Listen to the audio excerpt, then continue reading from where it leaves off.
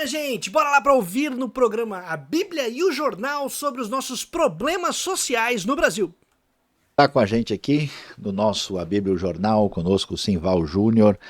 Sempre bom destacar que eu acho o nome desse programa maravilhoso. E a gente vai falar um pouco sobre esse drama social, né? Você sabe que o Brasil faz parte de uma realidade onde nós temos uma grande diferença, um grande abismo social. Chamada capitalismo periférico.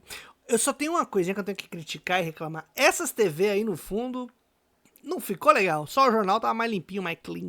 Nós temos isso como algo que marca a nossa história aí desde os tempos coloniais, com a questão desfavorável que atingiu os indígenas, depois a população escrava e também muitos imigrantes que até hoje ainda continuam chegando ao Brasil de lugares mais sofridos no mundo.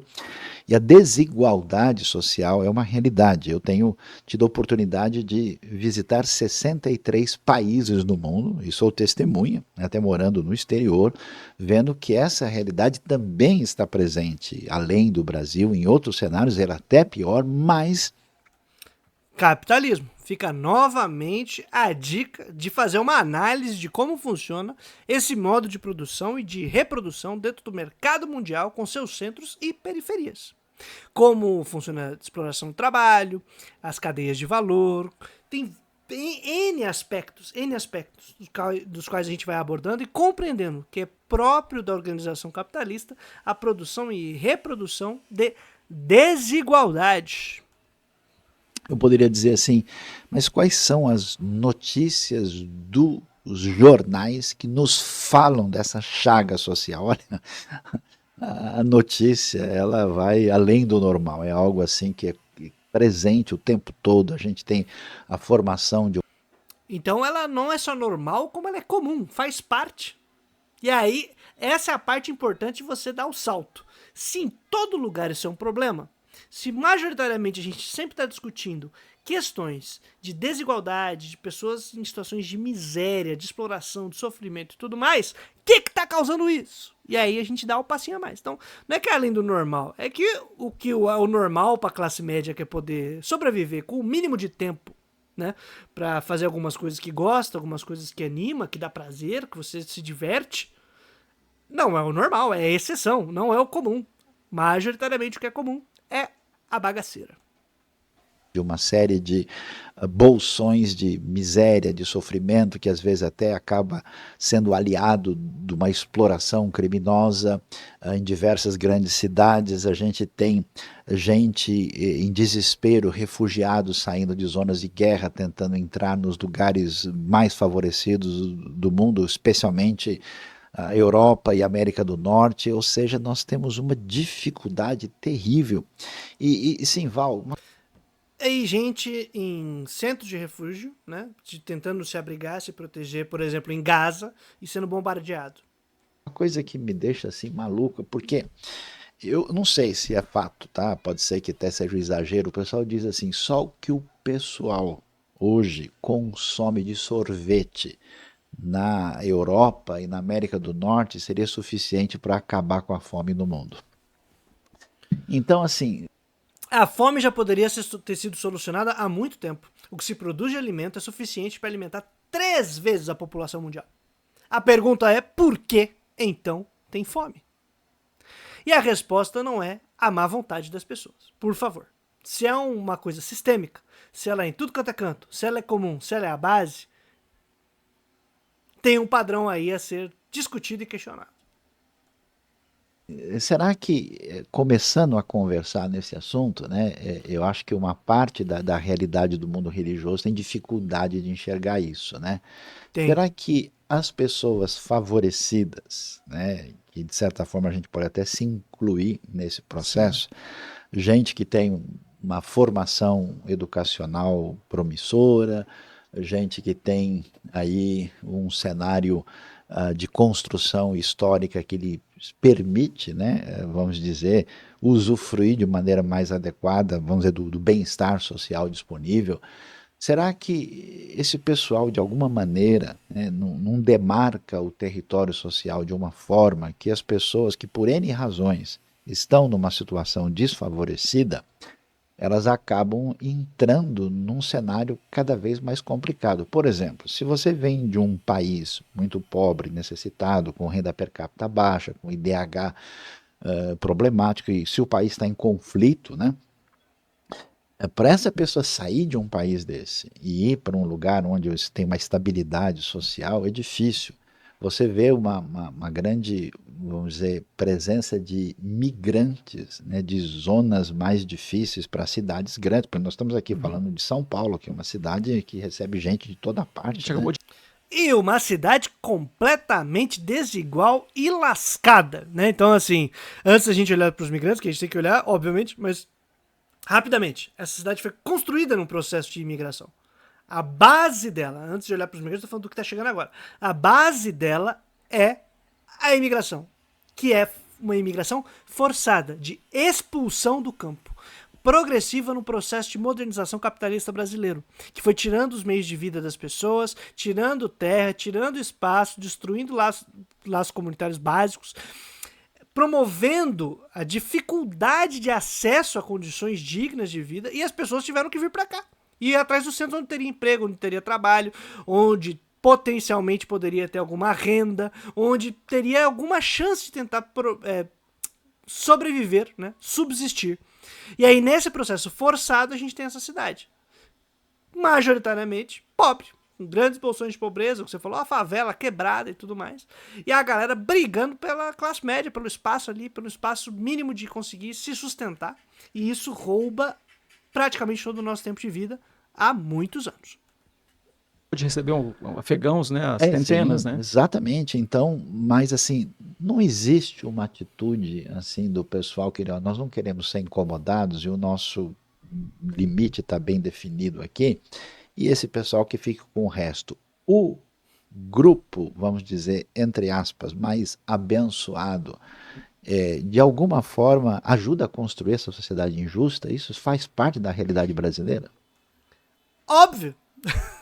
Não só ajuda, como tem um papel fundamental na manutenção da ordem social e da reprodução da sociedade. Porque é uma sociedade organizada na exploração e no acesso restrito a determinados recursos e bens sociais. Então, é óbvio, gente, é óbvio. E isso não é uma questão de vontade individual, que é a parte mais importante, é uma questão da própria estrutura das classes sociais. Aliás, eu discuto um pouco isso no curso sobre evangélicos e política no Brasil, e tem alguns artigos que a gente fala sobre isso, eu vou colocar aqui na descrição que a gente publicou na Zelota e outros lugares também, que é bastante interessante, de você ver como funciona essa dinâmica e o papel das classes sociais. Cara, a gente é formado, se você é de classe média, para ser o vencedor, o campeão, para acessar um privilégio que os outros não têm. E esse privilégio, se ele é tocado, você vai perdendo sua função social. Então, os caras que são reaça, que estão nessa dinâmica mais conservadora, desesperado com cota e não sei o que lá, que estão vendo o privilégio correr risco. E, quer dizer, meu filho, minha filha, o pessoal de uma próxima geração da minha classe social, da minha família, desse grupo, tá sob risco, porque vai começar a aumentar a disputa. E aí, imediatamente, vem aquela virulência. E tem muito trabalho que fala sobre isso, tem muitos textos, artigos, autores, autoras, que trabalham essa questão da função das classes sociais. Muitas vezes aparece com o nome ressentimento e tal, não sei o que lá, que também está envolvido, mas tem também essa questão do interesse da classe. A classe em lutar por seus privilégios, porque são recursos de privilégios na manutenção da ordem social. E aí as funções do próprio trabalho, né, que as classes médias ocupam, é de um trabalho que faz costa larga para proteger a exploração do ponto de vista do capitalista, de quem é elite de verdade. Cara, é muito massa. Um dia, quem sabe, quando eu começar a produzir conteúdo mais autoral, eu faça uma discussão a respeito disso. Mas a gente fala sobre isso também em uma outra conversa que a gente teve, que era fascismo como religião. A gente tem uma discussão a respeito disso que toca alguns aspectos no canal do Não é Heresia, do Carlos Nunes, grande camarada e irmão Carlos. Vou colocar na descrição aqui também pra você dar uma olhadinha. Mas tô falando tudo isso porque é óbvio, gente. A pergunta do Sayão foi muito boa e ela é uma escada excelente, só que o problema é, essas pessoas a gente pensa em indivíduos. E aí por isso a categoria de classe é fundamental. Porque é uma questão sistêmica da organização de produção, manutenção e reprodução da própria divisão social do trabalho desse modo de produção que a gente tem, capitalista. Então, eu acredito que a desigualdade, ela A gente ouve bastante falar sobre o racismo estrutural. Então, um montão de gente fala sobre isso. Mas isso Não não é, a gente pode falar também que a desigualdade social, ela está na nossa estrutura, onde Com todo respeito, Simval, o próprio termo social já fala que é da sociedade. E aí, eu acho ainda que esse termo, essa expressão desigualdade social, ela é muito boa para você não ter que tocar no tema da exploração do trabalho e do modo de produção. Porque quando você fala só sobre desigualdade social, ela soa, aparece como se fosse uma questão de equilibrar prato. Então o que falta, na verdade, é só organizar a distribuição, para não ficar tão desigual. E não, o problema é o próprio jeito de organizar a produção e reprodução desta sociedade. E aí a gente vai ter que mexer em outras dinâmicas que são estruturais, ou são do modo de produção, da base, da estrutura, ou seja, são aquelas relações que se você mudar, mudou a sociedade como um todo. Que é a base produtiva e reprodutiva, da reprodução social, da produção e reprodução social. Se você olha para essa parada, ela é fundamental, ela é estruturante. Então, a desigualdade, ela obviamente é estrutural porque ela está assentada em cima de uma dinâmica de produção. Tá? Aí você fala, não, mas tem países que há menos desigualdade social. Sim, os países mais próximos ao centro do mercado mundial capitalista, com sua história, sua maneira de explorar e se aproveitar do trabalho e da dinâmica do mercado mundial das periferias.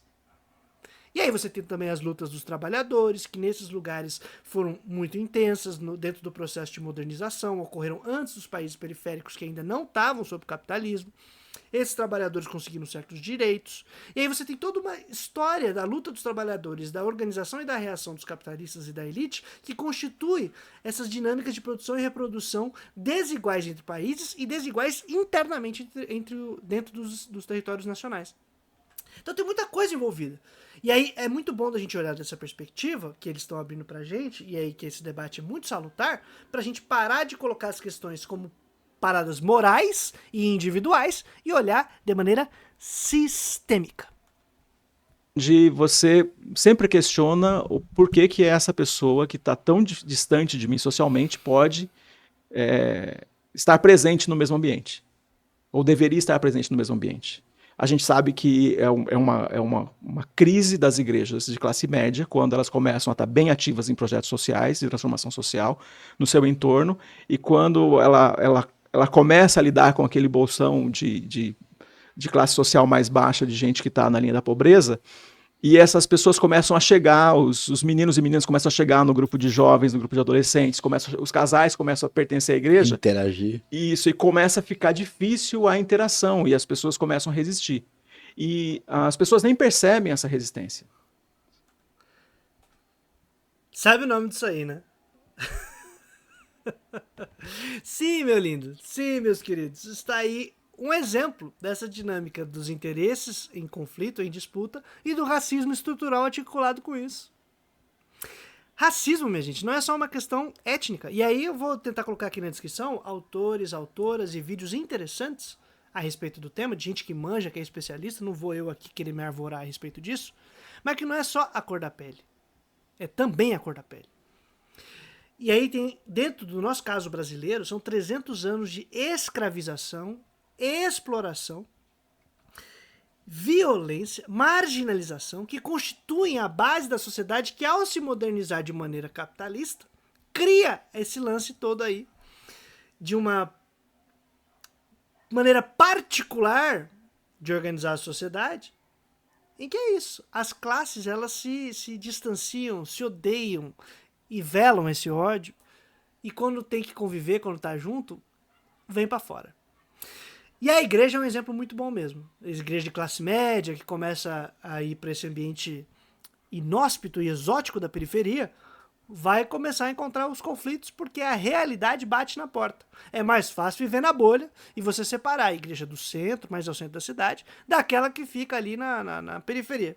Mas quando elas se encontram, vem tudo que essa sociedade produz e reproduz. E aí a gente percebe como a igreja está metida nesse meio. Só que aí é uma escolha nossa. A gente vai querer discutir essas estruturas e as questões sistêmicas, ou a gente vai se furtar a falar no âmbito moralista e de crenças, de fé, de conversão, sem mexer naquilo que efetivamente está baseando, organizando, produzindo e reproduzindo a própria vida das pessoas em suas classes sociais. Eu me Ela lembro é espontânea, né? ela acontece. Eu me lembro de uma situação Ela onde eu acontece.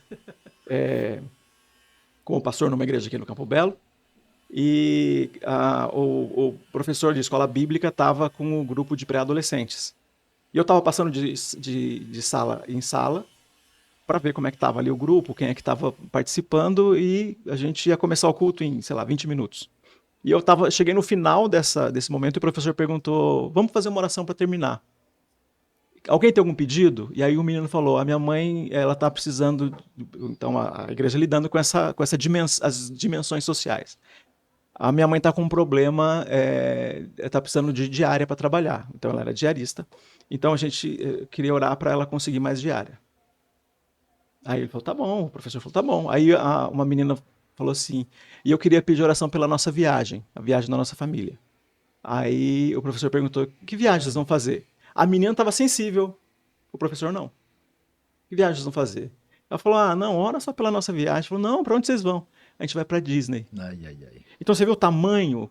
Na distância. E aí Exatamente.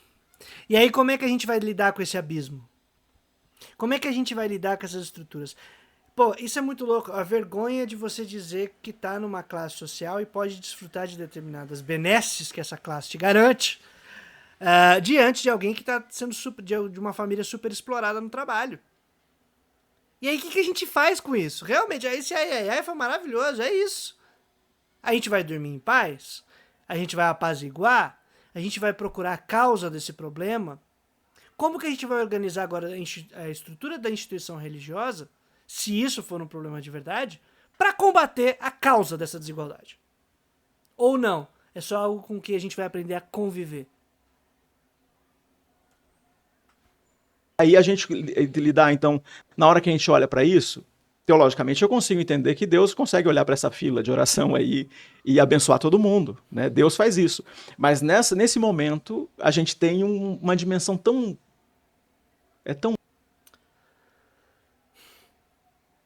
Eu sei o que o Simval quis dizer, inclusive com cuidado de fé e de espiritualidade. Mas assim, o problema de um é muito fácil de ser resolvido, entre aspas, que é arranjar um emprego para essa pessoa. Vamos buscar uma situação de emprego. Aí fala, não, mas arranjar emprego é difícil, eu sei que eu estou desempregado. Mas o meu ponto é, a gente está dentro de uma comunidade religiosa de classe média. Será que alguém aqui dentro consegue um trampo? Pô, essa criança aqui, tá falando que a mãe tá sem trampo.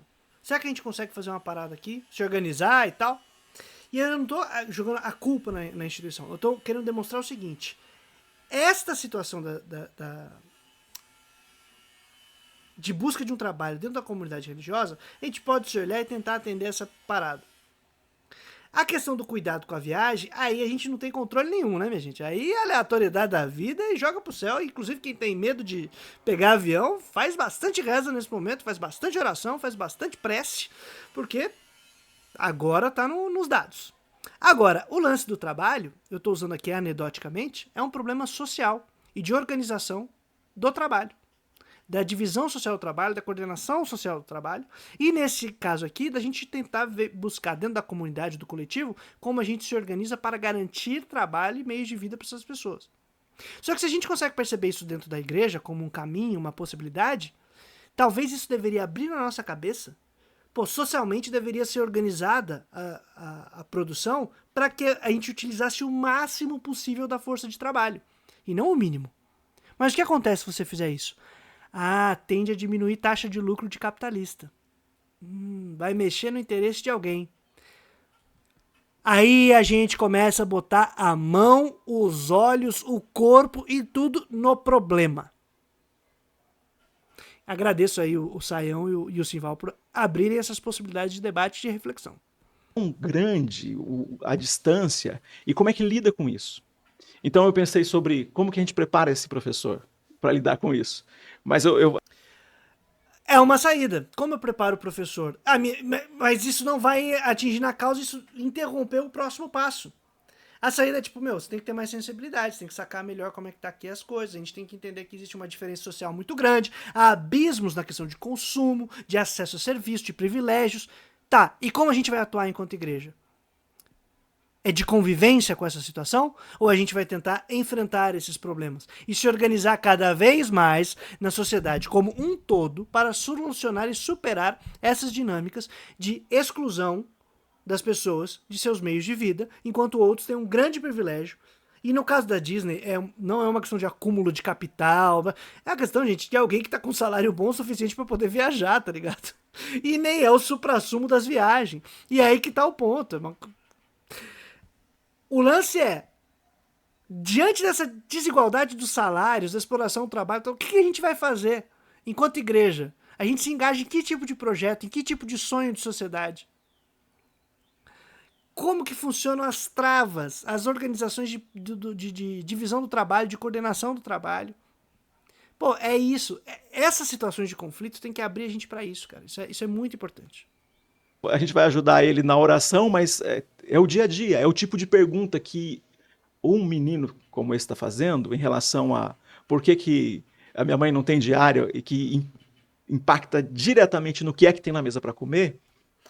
Não foi uma pergunta, foi um pedido de oração. A pergunta tá na nossa cabeça. E aí essa pergunta deveria empurrar a gente para buscar essas soluções. E de uma outra menina ou de uma outra família que isso nunca, a comida Nunca não foi uma não preocupação. não tá na pauta, né? É. Olha, Simval, de fato, essa realidade eu já presenciei em diversos cenários e ela mostra aí a ponta do iceberg, né? A gente sente essa chaga social. E eu acho interessante porque quando a gente pensa, né, na Bíblia, né? E as pessoas avaliam, né, o que a gente tem. Muita gente pensa, não, a Bíblia tem várias leis assim, espirituais e que falam sobre a gente ir para o céu. E assim, às vezes, o corte na leitura bíblica, ele passa por aí. Uma coisa que eu acho curioso, interessante, é, primeiro, que a identidade do povo de Deus, que surge no livro de Êxodo, na Bíblia, ela é marcada por uma libertação de escravos, né? Esse povo... Pô, isso é muito importante. Isso é um dado muito importante. Concordo com o Sayão. É um processo de organização popular para libertação popular. E aí é a saída de uma situação de exploração do trabalho, de escravização, para agora a busca de um novo modo de organizar a vida que não reproduza as relações de escravização e de exploração do trabalho anteriores. E isso é muito massa. E eu vou fazer um comentário aqui muito bom, que eu gosto muito, que eu aprendi, que é a passagem do livro de Gênesis para o livro de Êxodo, como ela está organizada e aparece quando você lê nesta ordem, Gênesis e Êxodo.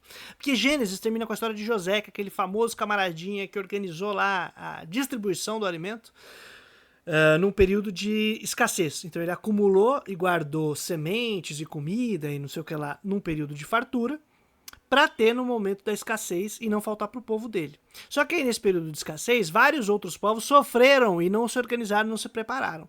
E aí essa galera começa a comprar, né, comida do excedente acumulado no Egito. E aí a galera tá lá comprando, não sei o que lá, até a hora que não tem mais o que fazer escambo, não tem mais pelo que trocar, então o pessoal vai pedir esse alimento. Vai lá e fala, o que a gente pode fazer?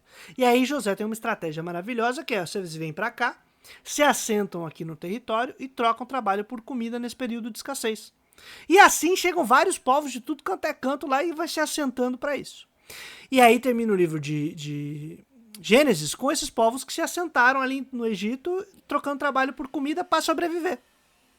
Foi uma estratégia utilizada. E aí o Êxodo começa com subiu no Egito um faraó, um rei, né, que não se lembrava quem era José nem o que ele fazia, que nem sabia quem era. Ele só olhou que tinha muitos povos que estavam trabalhando em troco de comida e falou, o dia que esses caras quisessem se rebelar, eles derrubam a gente. E aí ele implementa, a partir da estrutura dessa troca de servidão, trabalho por comida, implementa a questão da violência do controle do corpo. E aí cria-se, dentro da estrutura mítica, a escravização do povo. Cara, isso é um ensinamento maravilhoso, que é, em determinadas situações, um tipo de organização social, um tipo de instituição pode ajudar numa situação de crise é você se salvar. Mas passou o período da crise, essa instituição já não serve desse jeito, ela não pode ser mantida, porque senão ela se converte numa situação de exploração, de violência e de dominação. E tudo isso estou comentando porque, realmente, olhar para o êxodo e para o surgimento desse povo é fundamental para a gente começar a compreender que não está desvinculado a luta e a organização popular contra relações de exploração, de dominação e dinâmicas sociais da própria espiritualidade e fundação desse povo. Mitologicamente também aparece nessa dinâmica. Então, cara, muita coisa aí pra gente ver, avaliar, discutir, trocar ideia, aprender, ouvir e falar. Está escravizado e eles vão ser definidos como, né, o Am Israel, o povo de Israel, o povo de Deus.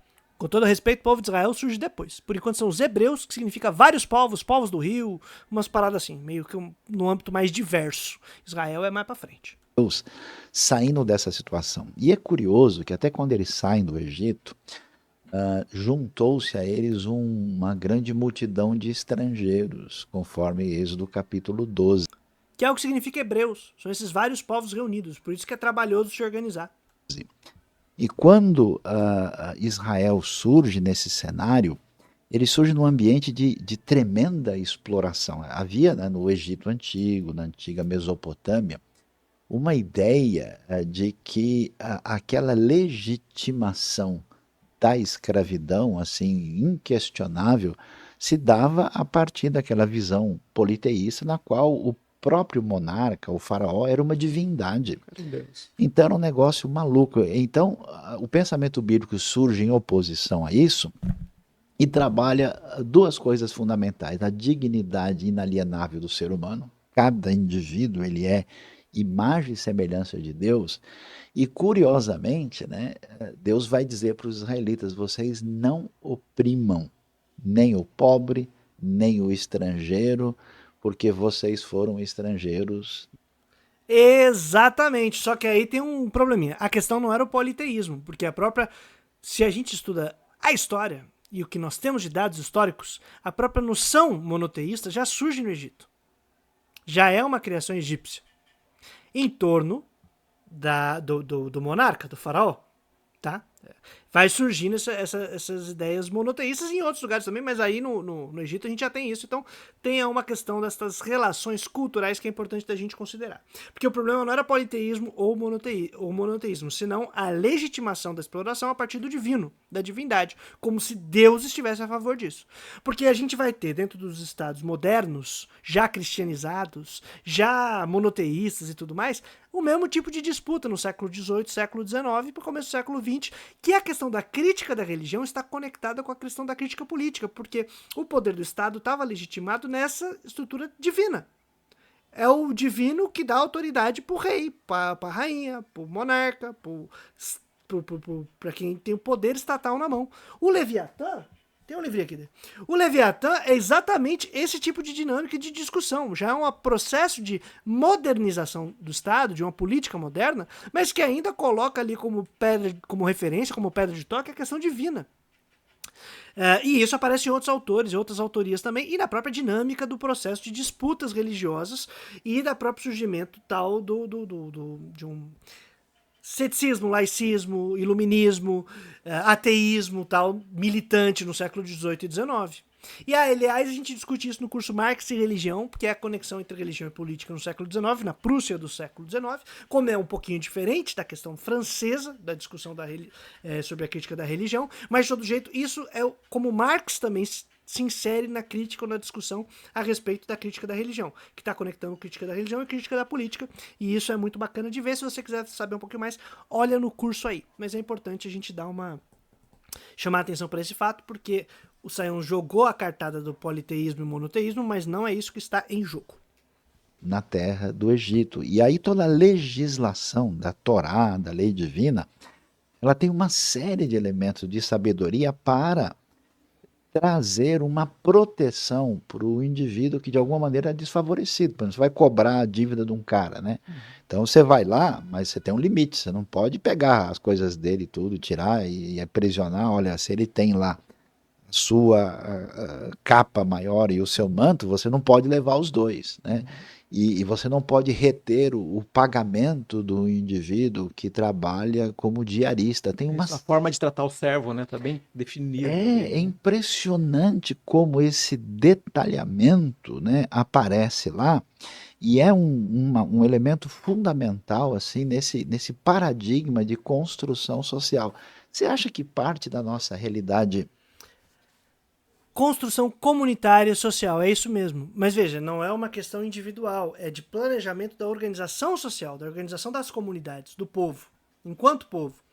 Ah, qual é a diferença disso? É porque o foco no indivíduo é como se fosse uma questão da sua vontade. Você tratar no seu coração, olha, cuida do escravo, cuida, não sei o que lá, como se fosse só uma decisão sua. Mas não, é uma organização social. São leis, regras comunitárias, coletivas, para todos. E não é só das suas preferências, você vai seguir esse mandamento ou não. É um mandamento, é uma lei do povo. Então você deve fazer isso. Você deve perdoar a dívida, você deve fazer tal coisa, você não pode fazer tal coisa. São legislações, tá? religiosa de pano de fundo, porque assim, se eu entendo corretamente, boa parte da visão protestante da vida, aí ela tem a sua razão de ser, ela valoriza muito a meritocracia, a questão do trabalho, o indivíduo virtuoso que prospera, e isso, claro, tem a sua importância, o seu Extremamente moderno não é o que está lá nos textos bíblicos de antigamente. Isso é uma atualização. Atualização sobre determinadas relações de produção, organização social e tudo mais, modernas na Europa. valor. Mas você acha que por causa desse lado o pessoal meio que esqueceu um pouco digamos, essa ética social, essa Sem dúvida. importância, né, de lidar com o desfavorecido? Como é que você tem visto, Claro. sentido isso na pele, na sua caminhada aí de construção social? A gente vê isso, né, como você falou no Antigo Testamento, a gente vai, pelo Novo, a gente vai vendo isso também, né? Paulo também falando, né, quando diz como é que a gente lida com, né, em Efésios, né, falando, né, e a gente vê essa expressão de ensinar a igreja. Então, pensando assim, o povo judeu aprendendo ali, né, de Deus, e depois no Novo Testamento a gente vê essa transição, então, para o povo do Novo Testamento, o povo da igreja, também aprender a lidar com o servo, né? Filemon, a gente vê. Filemão é um espetáculo, né? É, Os filipenses. Eu não entendi muito bem qual foi a construção, porque ficou muito pressuposto que tem que ter uma certa tradição, conteúdo, um tipo de leitura ali das cartas e dos textos que ele está comentando, que para mim fica um pouquinho complicado. Mas eu vou aqui dar uma dica de livro, Filemon, que é um livro do Gedeon Freire Alencar, muito bacana. Eu vou colocar o nome aqui na descrição se eu não esquecer, se eu esquecer vocês me ajudam.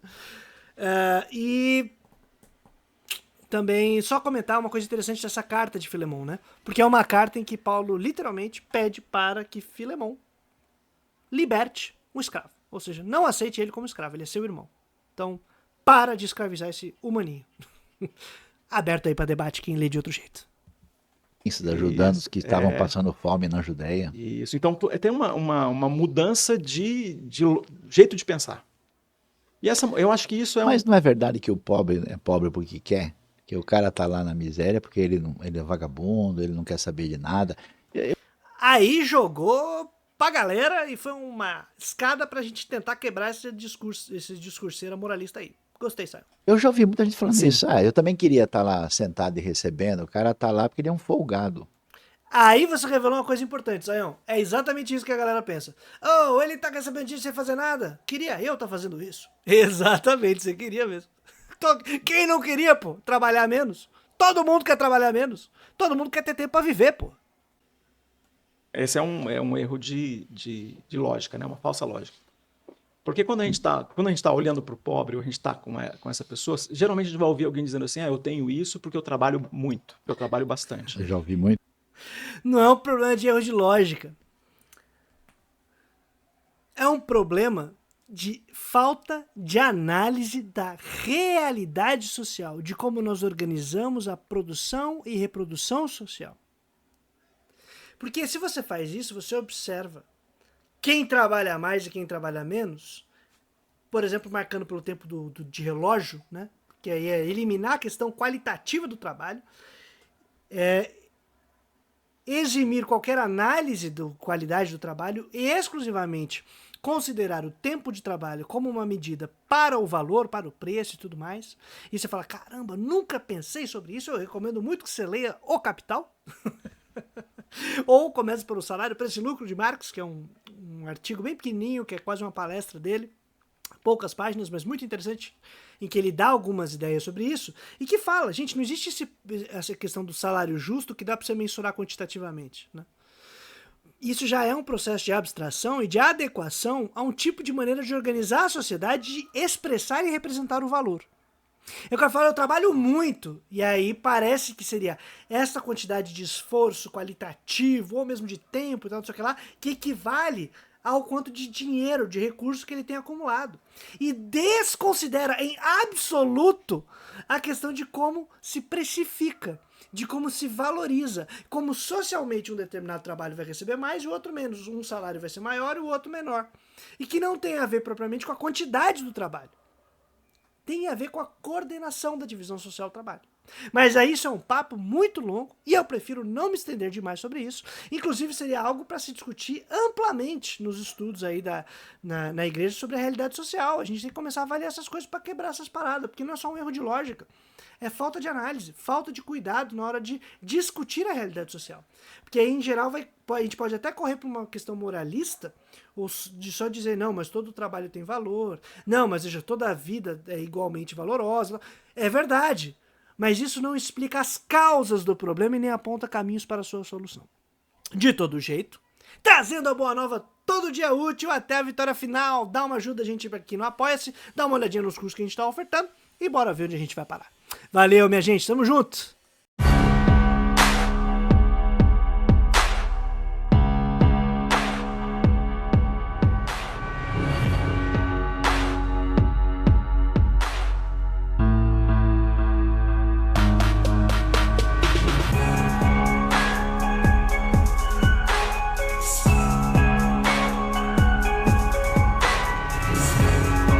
Espero que vocês curtam. Bora lá!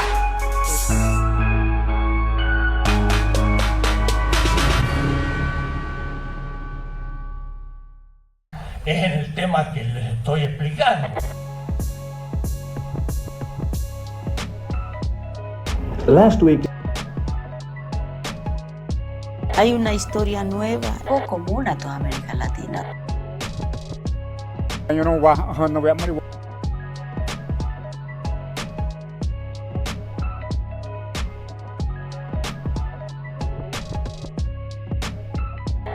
Una ética en la liberación. Hasta la victoria. Final.